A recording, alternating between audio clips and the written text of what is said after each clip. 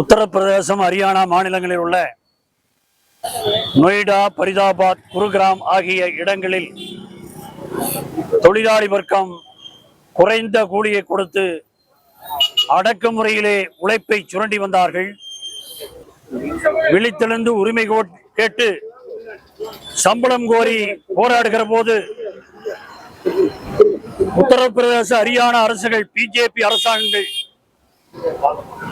ஒன்றிய மோடி அரசாங்கம், double engine Sarkar என்று சொல்லுகிற மோடி அரசாங்கம் தொழிலாளி வர்க்கத்தின் உரிமை குரல் வழியை பறிக்கிற அளவில் காவல்துறையை வைத்து மிரட்டுகிறார்கள், அடிக்கிறார்கள், கைது செய்து சிறையில் அடைக்கிறார்கள். எனவே அதை கண்டித்து வர்க்க போராட்டம் என்கிற முறையில் கோவையிலே அனைத்து மத்திய தொழிற்சங்க இயக்கங்களின் சார்பில் இந்த கண்டன ஆர்ப்பாட்டம் நடைபெற்றுக் கொண்டிருக்கிறது. இன்றைய மோடி அரசு இந்திய நாட்டை அமெரிக்க ஏகாதிபத்தியத்திடம் அடகு வைத்து விட்டார்.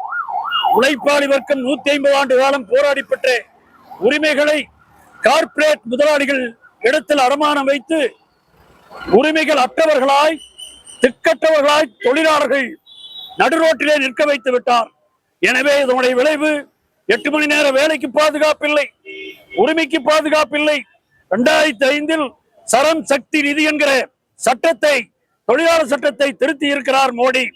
அதனுடைய அர்த்தம் கடமையை செய், பயனை எதிர்பார்க்காதே, நீ வேலை செய்வது தர்மம் என்று எண்ணிக்கொள் என்று சொல்லி பழைய காலத்திற்கு, கற்காலத்திற்கு தொழிலாளர்களை சிரமப்படுத்துகிற அக்குறமான செயலை ஒன்றிய மோடி அரசு தொடர்ந்து செய்து கொண்டிருக்கிறது. எனவே இதை ஒருபோதும் அனுமதிக்க மாட்டோம் என சொல்லி இனி இந்தியாவிலே எந்த மூலையிலும் உழைப்பாளி வர்க்கம் உரிமைக்காக போராடுகிற போது நசுக்கப்பட்டார்கள் என்று சொன்னால், கைது செய்யப்படுவார் என்று சொன்னால், சிறையில் அடைக்கப்படுவார் என்று சொன்னால், அத்தனை மத்திய தொழிற்சங்க இயக்கங்களும் இமய முதல் குமரி வரை போராடும் என்பதைத்தான் இந்த கண்டன ஆர்ப்பாட்டம் எடுத்து காட்டிக் கொண்டிருக்கிறது. எனவே வர்க்க போராட்டம் என்றும் தோற்றதில்லை.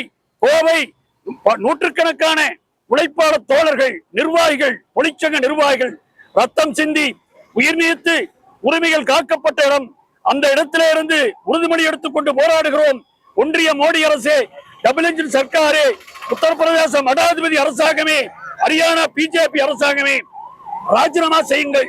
உழைப்பாளி வர்க்கத்தை கை வைத்து நீங்கள் சிரமப்படுத்துவது என்பது இனியும் நீங்கள் நீடிக்க கூடாது என்கிற முறையில் இந்த மத்திய தொழிற்சங்க இயக்கங்கள், மாநில மாவட்ட தலைவர்கள் தலைமையில் கண்டன ஆர்ப்பாட்டம் நடைபெற்றுக் கொண்டிருக்கிறது.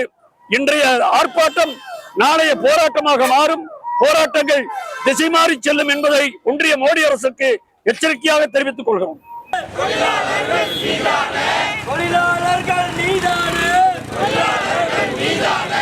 அடக்குமுறைகளை கைவிடுக, அடக்குமுறைகளை கைவிடுக, போராடும் தொழிலாளருக்கு ஆதரவான ஆர்ப்பாட்டம், ஆதரவான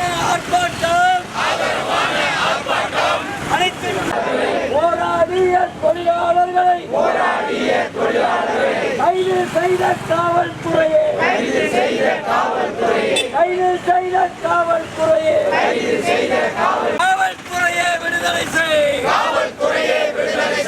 நிபந்தனையின்றி விடுதலை செய், நிபந்தனையின்றி விடுதலை செய், உடனடியாக விடுதலை செய், உடனடியாக விடுதலை செய்,